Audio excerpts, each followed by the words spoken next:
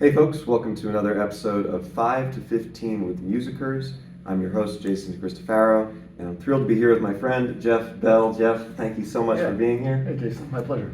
This is going to be a really cool interview, and I think a relevant and timely one based on a lot of things that are happening right now with technology in the music industry. We're going to be talking about AI and its role in music. Jeff is perfectly poised to answer these questions about music with AI, as he has background both in music and in technology. He holds a degree in jazz composition from University of North Texas and is a jazz trombonist. He also is a software consultant and works with a lot of big name clients in the tech industry. So before we get started, Jeff was showing me something really cool. You had an example of an AI program generating 5 different musical examples. Yeah. So if you don't mind, let's start with that. Yeah. Sure. So this is something that you can find in Google's labs, Music LM, language model. I'm not exactly sure what it stands for, but you can sign up for its AI test kitchen with google.com. And so the idea here is, and I'll just show you, it's just a website. You can enter in a prompt and it'll try to generate music for it based on that prompt. So starting with kind of a generic prompt. This is one of the ones that they suggest, so you get on it, they suggest certain ones. And this one says, dreamy, ethereal, synth music, melodic, contemplative, chill vibes, indie pop. So here's what it sounds like. Hopefully that audio's good. So, not too bad, kind of interesting. I don't know about interesting, but it's spot on. It checks the box. Yeah. All right, so the next one was, all right, I wanted to see if it could do something a little bit more specific, a little bit more challenging. So this one I said orchestra theme in the style of John Williams. So this one is interesting. I'm not really sure what's going on there. Some things. Orchestra sounds. Yeah. Right? It's an orchestra. It's an orchestra, okay.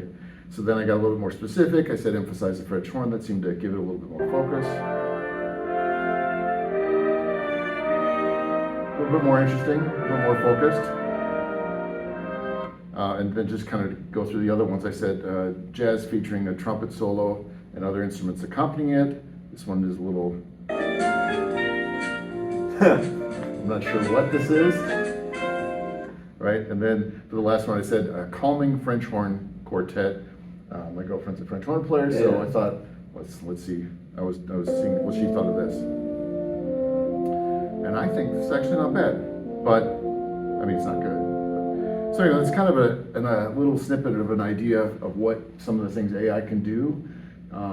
I also was talking to you about some of like more specifics like ChatGPT, who we all know about, and Bard. That's Google's LLM. That's something you might have heard about. That will actually take a prompt and write music out for you. Oh, wow. If it has the right plugin. It doesn't quite have that set up yet, so you have to ask it specifically to like give me the notes, give me the rhythms, etc. And it'll do that as well. So, those are some of where the technology is at in terms of what we can use now, and we'll see where it goes from there. Well, it'd be interesting to see, especially those 3 programs that you mentioned, the one we heard kind of 6 months from now, a year from now, 2 years from now, where they end up. And thinking about the timeline of AI, because it's been around a little longer than I think people realize. It's in the news and people are talking about it now. When did you first hear about AI in your work as a software consultant? So AI has been kind of so when have I heard about AI? I mean, for a while. It's been kind of a dream. It's been kind of a goal. When has it become real? Not that long ago. For certainly less than 10 years ago, did people start to seriously think about AI as a possibility and not just have it be like some kind of a joke or you're way off on a tangent. But I think people have been trying to do kind of algorithmic music for a while. So there's AI, and then there's using computers to generate music, right? So my master's degree is actually in electroacoustic music. So we were generating music, and this was taking like kind of the next stage from like a John Cage, or John Cage did that I Ching where you would roll dice and it would chance music. Yeah. And so you can kind of think of some of the stuff that we were doing back then. This would be, guess 25 years ago or so, as the electronic digital computer assisted version of the chance music, what the chance music folks were doing. And so that can be a kind of an AI because it's artificial, it's not 100% generated by people. So anyway, so what do we mean by AI? AI today means something a little bit more specific than just using a computer to do something. It means essentially taking a lot of information and finding patterns in it and then replicating those patterns. So it's a really simplified version of what AI is, but that's basically what it is. So you take, like, we're familiar with ChatGPT, the large language models. It's taken a lot of different language and it says, okay, given the context that I'm in, predicting based on the patterns I've determined from all of this information about words and language and articles and content, what's going to come next. That's what it is. And so you can translate that over to music. Given all of the music that's out there, what is the next logical thing that's going to happen? Or given a prompt like, give me a contemplative, still can't say that word, theme with some chill vibes. Well, Google in this case said, what's chill, what's indie, and it created something that sort of matched that pattern. It's looking at, right, exactly, the database, sort of this collective cloud, I guess, right? Yeah. Data out there, and putting the pieces of the puzzle together to try and create something. Yep. And I've heard a lot of people say, because this comes into, I think, a discussion too of what makes human intelligence different than artificial intelligence. Yeah. Because there's some arguments that sentience and intelligence, which sentience, how do you even define that term, right? But it's really the same process, right? We're looking for patterns, we're combining ideas.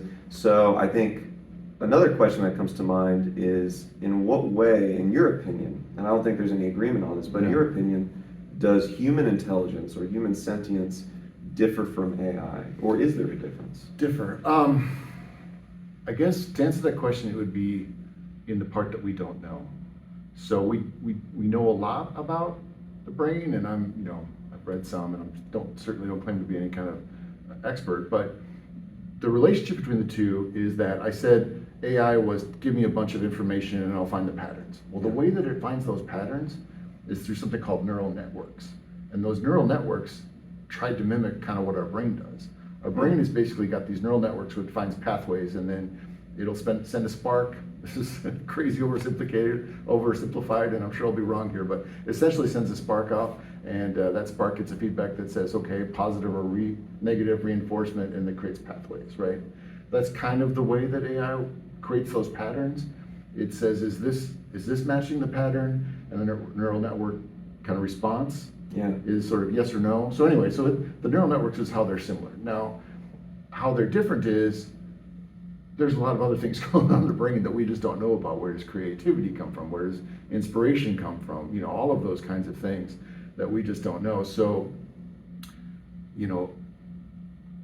there's like part of it that's kind of similar, but that part I think is pretty small if you take the overall picture. So AI can replicate that part of that pattern recognition that we have that capability of doing, but it doesn't have any access to the broader stuff, the stuff we don't know about, the stuff that is really where creativity comes from. Right, it's so interesting because AI, I mean, it's new territory. I won't say it's uncharted because there's a lot that's been done already, but the basis of it, or the thing it's based on, which is the human mind and the ability to be creative, is still largely undefined and still something that's unexplored. And I think this is causing concern for a lot of musicians. I talk to a lot of musicians. I think a few times a week in the last 6 months, I'll have a conversation with a musician about, is AI going to replace me? Mm-hmm. Is AI going to replace live music and replace human beings making music? Do you have any thoughts surrounding that? Sure. So there's kind of two ways that I think about it. So there's using AI to assist a musician. I think that will happen more and more. So, if you're writing a piece of music and you want a decent sounding drum track, well, what is really the difference of asking AI for an indie chill beat and it provides one to you, than going into your digital audio workstation and finding a loop that is the indie chill beat? You know what I mean? So I think it'll be as a creative tool, and that'll make an individual more productive. And this is how AI is kind of taking over jobs or things to do, or what productivity in other fields. It's not that it's eliminating all the people who do this work, but it means that one person can do the work of 10. You know what I mean? So for musicians, that's a really good point. I read this in other places too. I think this is true of any new type of technology, right? Yeah. We saw this with automation and so forth. But I think the big question becomes then which careers in music or which jobs in music, and this is all a prediction now, Sure. we don't know, but just if you had to guess, which careers or jobs in the music industry do you think are going to remain and which are going to go away with these changes in AI? Yeah, so I think a lot of jobs are in jeopardy, frankly. So I think music production is going to eventually get to the point, AI is going to get to the point where it's good enough. Yeah. So there's always going to be that elite layer of it's got to be perfect that AI is going to be far away from, right? But the 80% that doesn't need to be that way, AI is going to be able to get there not too far from now. Yeah. So you want to, music production, whatever that might mean, whether it's blending a mix or other aspects of music production, that's one. If you're writing music that is sort of not the focus, like background music or that kind of thing, AI's pretty much already got that. Like just walking around the grocery store. Just walk around the grocery, or even more than that. I mean, take film scoring, for example. Oh, wow, yeah. I think if you're, we saw that it didn't do orchestral stuff very well, so it's not gonna, be. At least not now. Yeah, at least not now, yeah. Yeah. So, you pick your favorite, movie theme, like for me, Out of Africa is one of my favorites. It's not gonna write that gorgeous horn, theme out of Africa. But if you want sort of a emotive, ethereal, think of music that's equivalent to looking at the clouds, kind of background sounds, totally gonna have that, right? Yeah. So those areas of music that are either like based on repetitive or known tasks like music production. I'm not saying there's not art in music production, there absolutely is, but a lot of it is just getting certain things right. And so AI is going to have that nailed. And if you're looking at, like I said, the kind of generic sort of music, creating sounds, creating backgrounds, creating non-focused sounds, that's going to be something that AI can do pretty quickly. Now, live music will always be a thing, but it's not like, live music employs a bunch of people, and it's not like a lot of people are actually making money at live music. There's Right. some, Right. but you're never going to go to a concert. I shouldn't say never, but it's unlikely to me that people are going to be compelled to go to a concert where someone's, saying, okay, this is what the computer made, everybody listen. It just doesn't sound like that's going to be in that space, but everything else I think is kind of at risk, honestly. So it sounds like production, composing are big ones. Another thing, I've talked with a few educators about this, is the role of AI in music education. Sure. What do you see happening there? Well, I guess I would say kind of similar, but so similar in this sense. So let's take music theory, and you're teaching someone how to break down a piece of music, and let's say you're just outlining the chord structure. You're learning your 1/4s, 5s, and flat 6s or whatever if you're in Sure. jazz, Yeah. So AI, I think, is going to be able to generate that content. It's going to be able to say, here's the piece of music, now here's the overlay of the chord analysis, and it will be able to recreate kind of exercises that maybe audio exercises or something like that. So the teaching of facts, I think, AI will be able to do, but that encouragement of helping someone along, understanding where that student is at in their kind of their overall landscape, stuff beyond just their learning landscape. That's always going to be something that a teacher is going to be needed for. So I would think in that case, it's going to be another situation where a teacher can do a lot more because of AI. So it's not like it's going to eliminate the human teaching, but you'll need less of them. So the content delivery, sort of organizing data, suggesting things, those are all things it sounds like AI will be a great tool for, but that human connection, Yeah. that sort of thing that's still intangible or undefinable, I think, is Yeah. the thing that's going to remain. Yeah. One thing I'm really curious about, because you've been in this industry a long time, I mean, I was shocked when you said earlier in our interview that this has been something that you've known about and been working on for 10 years. And I'm Yeah. sure people in the tech industry, it's like, well, yeah, obviously, but for people like me who are not in the industry, it's shocking because it's really only something that you've seen in the media and the news in the last year or so. And obviously you've seen a lot of changes happen. I think the other big question that a lot of musicians ask me, and this is something I get at least once a week, is the rate of growth. Ooh, glad you brought that up. Yeah. Yeah, so let me address that. So the rate of growth is something that people, I don't think, have wrapped their heads around. So you've seen, like chat, we all know ChatGPT now, and it's only a year old, year and like 2 months, which is kind of crazy given how just ubiquitous it is right now. Yeah. So AI isn't just going to be like, okay, so ChatGPT was this year, and then maybe next year there'll be a little bit better ChatGPT, because the way that computers learn is instantaneous. Once one instance of ChatGPT learns something, all computers everywhere have access to that knowledge. Right. Right. I'm exaggerating a little bit, but It's a network. It's a networked. It's a geographic curve. No, that's not the right word. But anyway, geometric curve is what I'm saying. When we say for those of us who know anything about tech, what does that mean? A geometric curve? So it just means that it's going to double and quadruple and quintuple. I mean, it's just So exponential. Exponential, yeah, not better way to say it, maybe. Yeah. So it's just the way that the improvement that it's going to make is just going to be like from 0 to 100. Wow. And so I think that's what people aren't really prepared for, is how quickly this is going to grow and get better, and how quickly it's going to improve, and then how quickly it's going to spread, and be a part of all of the different things we talked about, the enhancement kinds of solutions. We talked about schools and whatnot. I mean, there already are AI algorithms in school learning. I don't know, do you guys use Blackboard here or anything like that? So a lot of schools, we use different LMS, we use Moodle, but Okay. there's Blackboard, Desire to Learn, and so on and so forth. So there are plugins to those, or even standalone products to those learning modules that actually use AI to help reinforce learning. So you can figure out what modalities someone learns in, and right now math has been kind of the biggest part of that. How do people learn math best? Is it route replication, or is it videos, or is it stories, or whatever?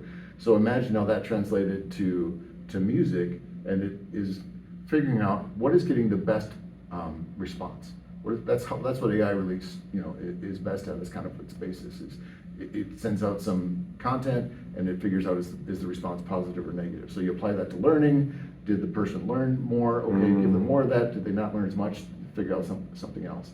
So yeah, so I mean, I think it's going to be very quickly applied to all of these different areas. And once it starts working for one, it's not the friction that it would take to get it to other areas, to get to other places, is going to be less. So let me just kind of explain that a little bit. Sure. So like I talked about, that it's going to be a great aid for like music production, engineering. So once one person or a group of people kind of say, hey, this tool really helped me out, that same tool doesn't need much to now be applied everywhere else, and then it's going to increase because it's getting more content, more feedback. It's going to get better and better. So it's just the nature of the way that computers and software and whatnot kind of get distributed. It's going to grow very quickly, I guess, is the short answer. Yeah. That's wonderful.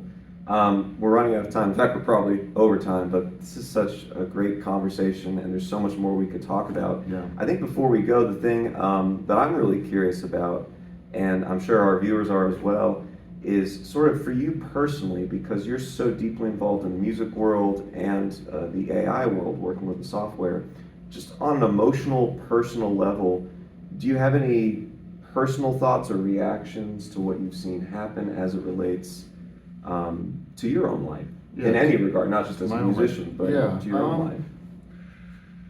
Well, I'm not sure this is exactly dead on with the question you're asking, but this is something that I was thinking about quite a bit. Is, will it be the case that we can find something generated by AI compelling? So think about even that like I was talking about, like the film scoring, where it's kind of creating this airy, sort of moody, whatever. If you know that an AI basically just created that by someone turning on a switch and say, create me some airy stuff, are you going to be able to have that be compelling to you? Or are you going to be like, oh, that was just generated? I don't really, it's going to have that. The value of it's diminished because it wasn't created by a person. Yeah, like there's no effort. There's something about the way that we appreciate, and this is true with a lot of things, not just music, of course, but we appreciate it more if we know that there was a certain kind of an effort. I think, like, for example, we know that some of Beethoven's work that he created when he was almost deaf makes the music have more meaning to us. It's more compelling. We're more engaged with it. Yeah. With AI, you have none of that. So what is that going to mean? I don't know if that's going to still be prevalent or not. So I think about that. But in terms of just my own life, I mean, I like the idea of it as a tool. I like the idea of it as a creative enhancer, as a way to kind of, like I said, search through the library automatically and find me that drum beat if that's what I want. That's right. Yeah, That could yeah, be yeah. that could be kind of cool. On the positive side, another positive side is it might mean that more people can engage with music. That the skill barrier might have been something that they couldn't do before. But then where's the flip side of it? How many people don't continue to engage with music because they can take that shortcut of just Right. scratching that musical itch by saying computer generate some cool sound. So I don't know. Future is uncertain. I'm hopeful, but not super optimistic about it. I hate to say, but yeah. Wow. Well, Jeff, thank you so much. Yeah, Jason. Appreciate your expertise and Yeah. time. Yeah, thank you. Absolutely. Everybody, have a great day. Thanks.